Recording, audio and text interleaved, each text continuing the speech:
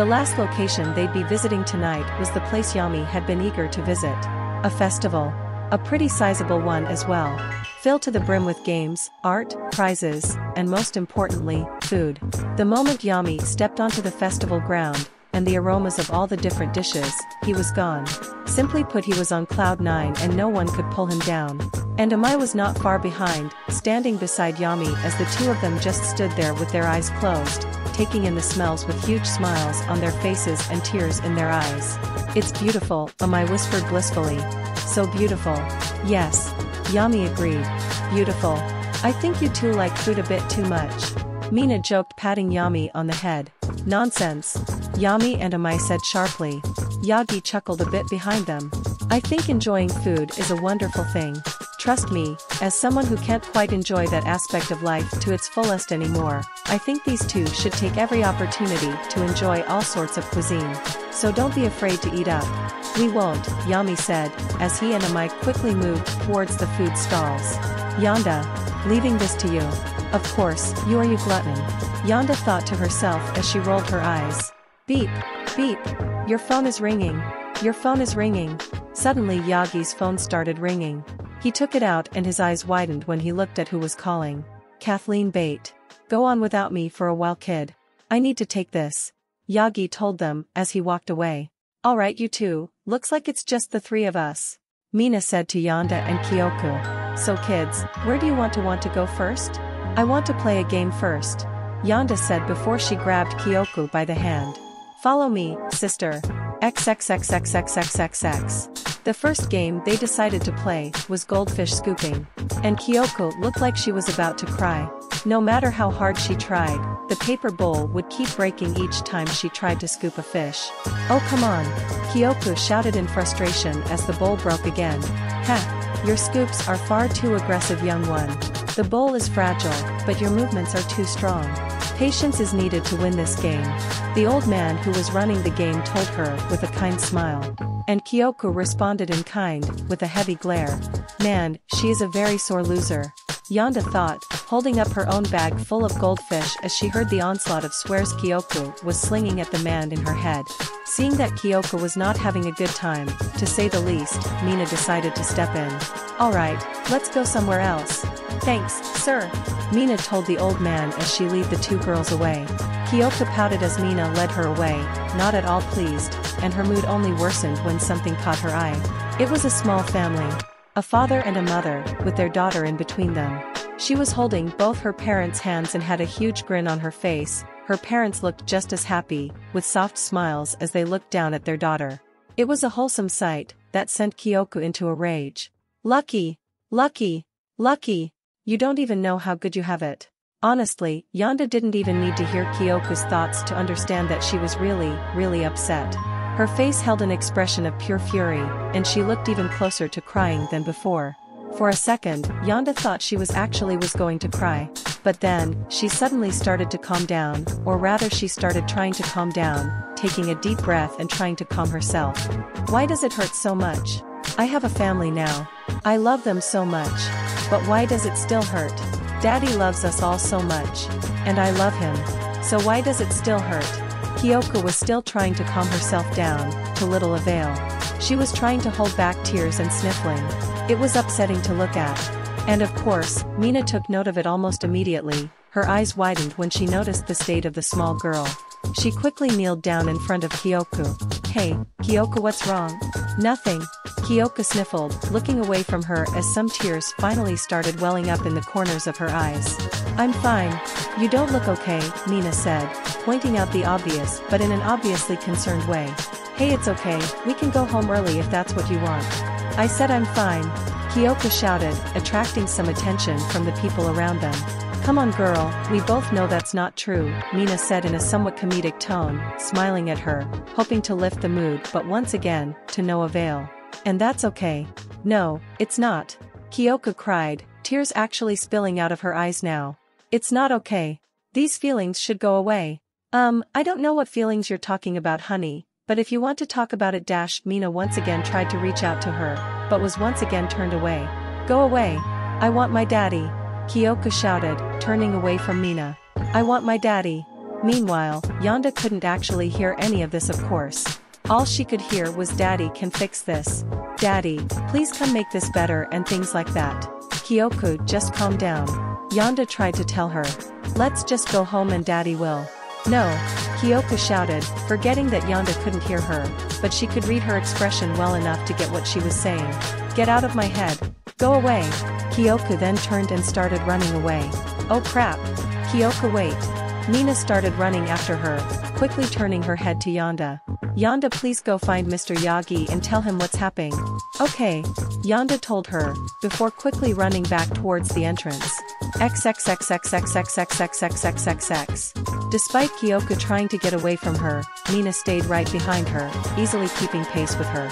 This should be obvious as she was both older and far more athletic. You couldn't be in the hero course if you got outrun by little girls who rarely exercise. Still, she didn't really try to stop her, as that might be detrimental to calming her down. She figured it would just be better to let her run out of energy. And so the chase continued, with Kyoko eventually running into the forest nearby. Kyoko kept running through the forest, tears in her eyes, impairing her vision, so when a small rock appeared in her path, she easily tripped over it. She fell forward, skidding across the ground, scraping her knee, and getting dirt all over her clothes. "Kyoko!" Mina shouted. She quickly ran up to the fallen girl, who was now crying even harder because of the pain. Hey, it's okay. It's just a scrape. It's just a scrape, you'll be fine. Here." Mina quickly pulled out a bottle of water and a handkerchief. She poured water on the wound, cleaning it really quickly, before wrapping her handkerchief around the wound. "There you go."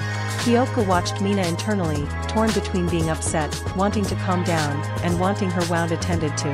Once Mina finished cleaning her wound, the acid girl sat down in front of her and gave her the kindest smile she could muster. "Hey, it's okay. You can tell me what's wrong?" Kyoko sniffled, and turned her head away, refusing to answer. Mina sighed internally, but on the outside, she remained calm and patient. "Alright. You don't want to talk, you don't have to. But I'm taking you home. Your daddy wouldn't be very happy if he knew I kept you in a place that made you cry." Kyoko huffed in dissatisfaction but has long since run out of the energy needed to argue, as well as the will to want to. "You did your best, it's not your fault. We know what you think of people," Mina told her gently. "We're all just hoping one day, you'll know that people can be nice. And being around them isn't so bad. I know that." Kyoko suddenly exploded, Mina's words having hit something inside her that caused anger to burst from inside her. "I already know that."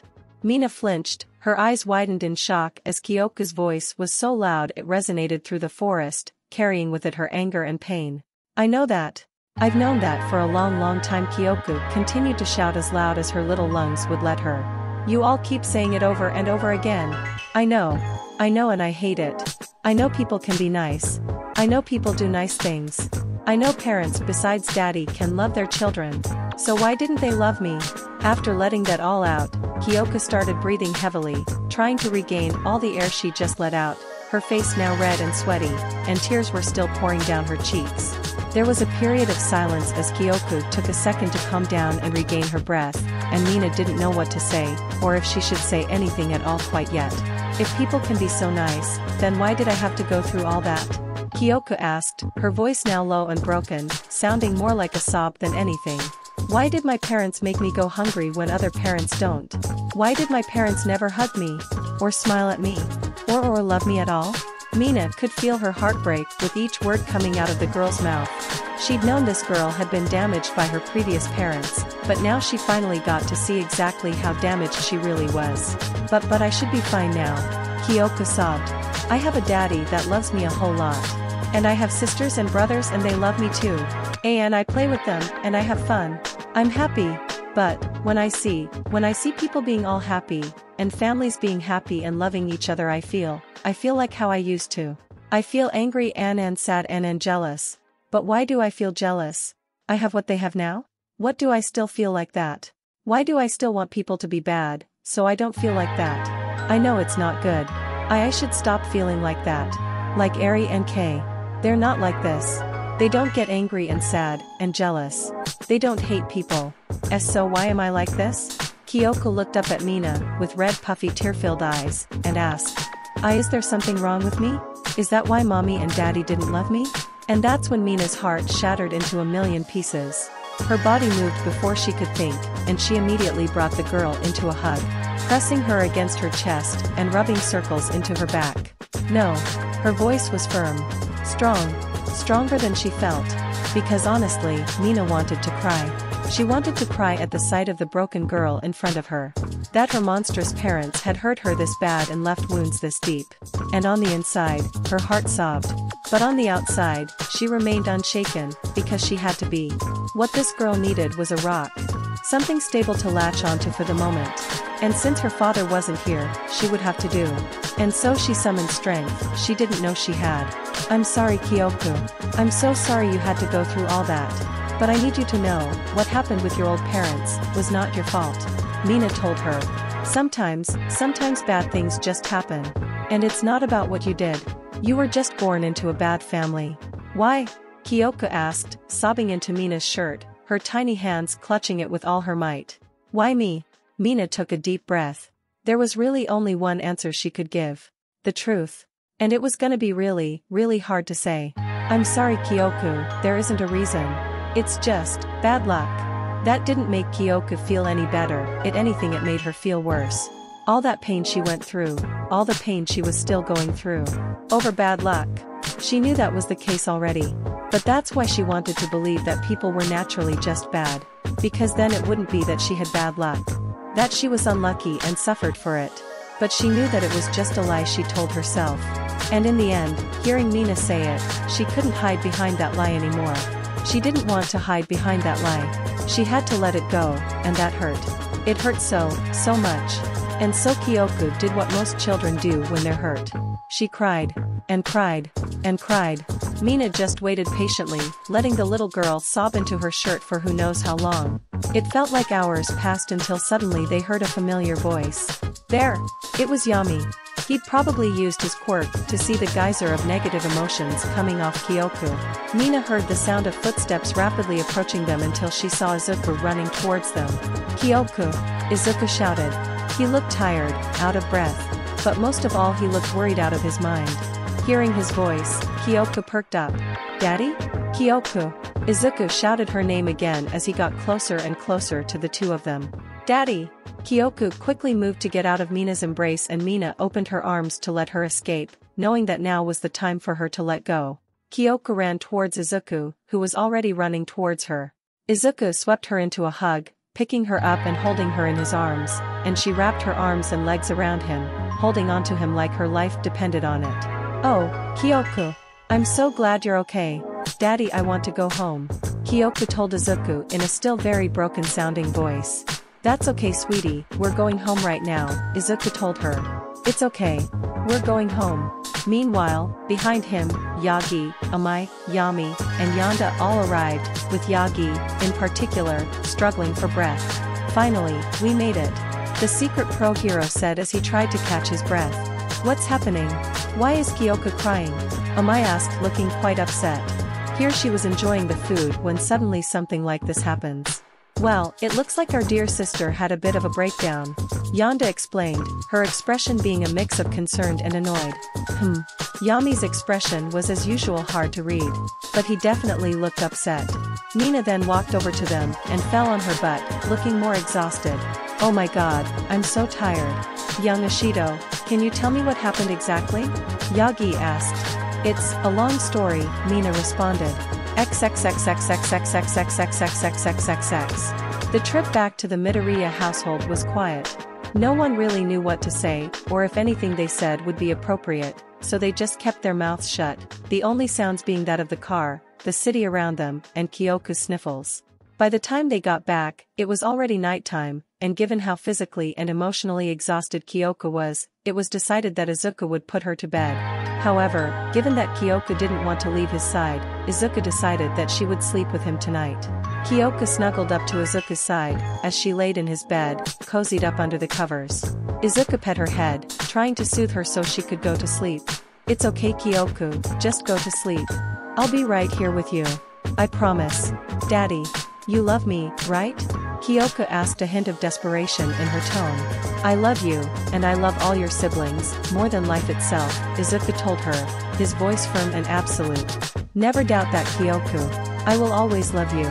I love you too, Daddy. Kyoko sniffled, somehow hugging him even tighter. Daddy, why am I so weak? Kyoko, you're not weak, Izuku told her. Why would you think that? Because I'm still letting the past hurt me, Kyoko explained. Eri and Kei had it much worse than I did.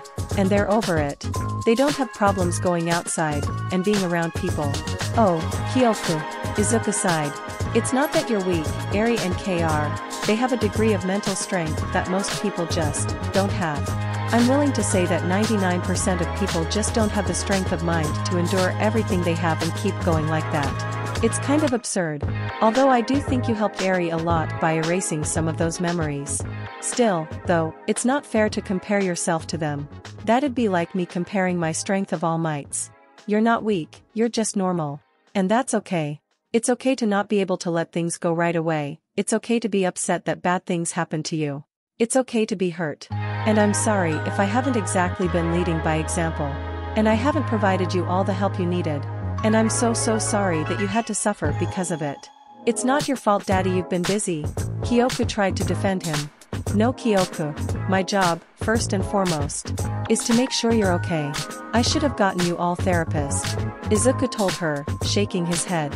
It's my responsibility as a parent to make sure you don't have to suffer like this. And I promise you, you will get help. You're going to grow, and I will help you make sure your past doesn't hurt you anymore. Kyoko almost started crying again. The sheer love and affection in his words, all directed at her. His determination to care for her, to love her. It helped her remember that in this moment, she is loved. I love you, Daddy. Kyoko said, her heart full and feeling like it was going to burst. Thank you for loving me. Izuku smiled. No need to thank me. You made that easy.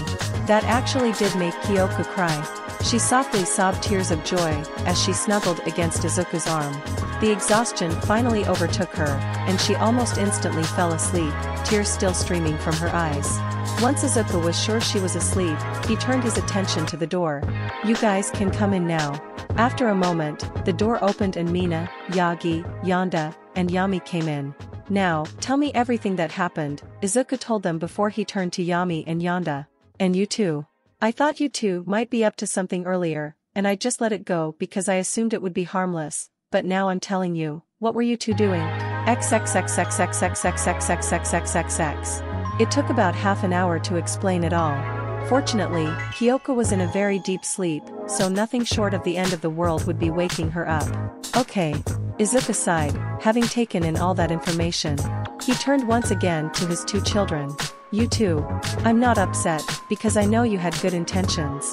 But for the future, do not, under any circumstances, perform psychological experiments on your siblings without them knowing, or on anyone for that matter, really. Don't mess with people's heads without consent. Yes, Dad, Yami said dejectedly. I'm sorry, Father. Yonda said, equally as dejected. Like I said, I'm not upset. I'm happy you two wanted to help her, but next time you have an idea like this, tell me first, and we can talk about it. Okay? Izuku said, getting nods from both kids. Good, now go back to your rooms and get ready for dinner. The two children left, still looking bummed about how things turned out, something Izuku would no doubt have to handle at a later point. Izuku then turned his gaze towards Mina. Thank you for handling that as well you did. I'm so glad I sent you to go and not someone like Todoroki. Heh, yeah, that probably would have ended in disaster. Mina chuckled. But you don't need to thank me, I'm doing my job. Both literal job, and my job as a decent human being. Izuku smiled. Well, I'm happy to have someone as capable as you working here.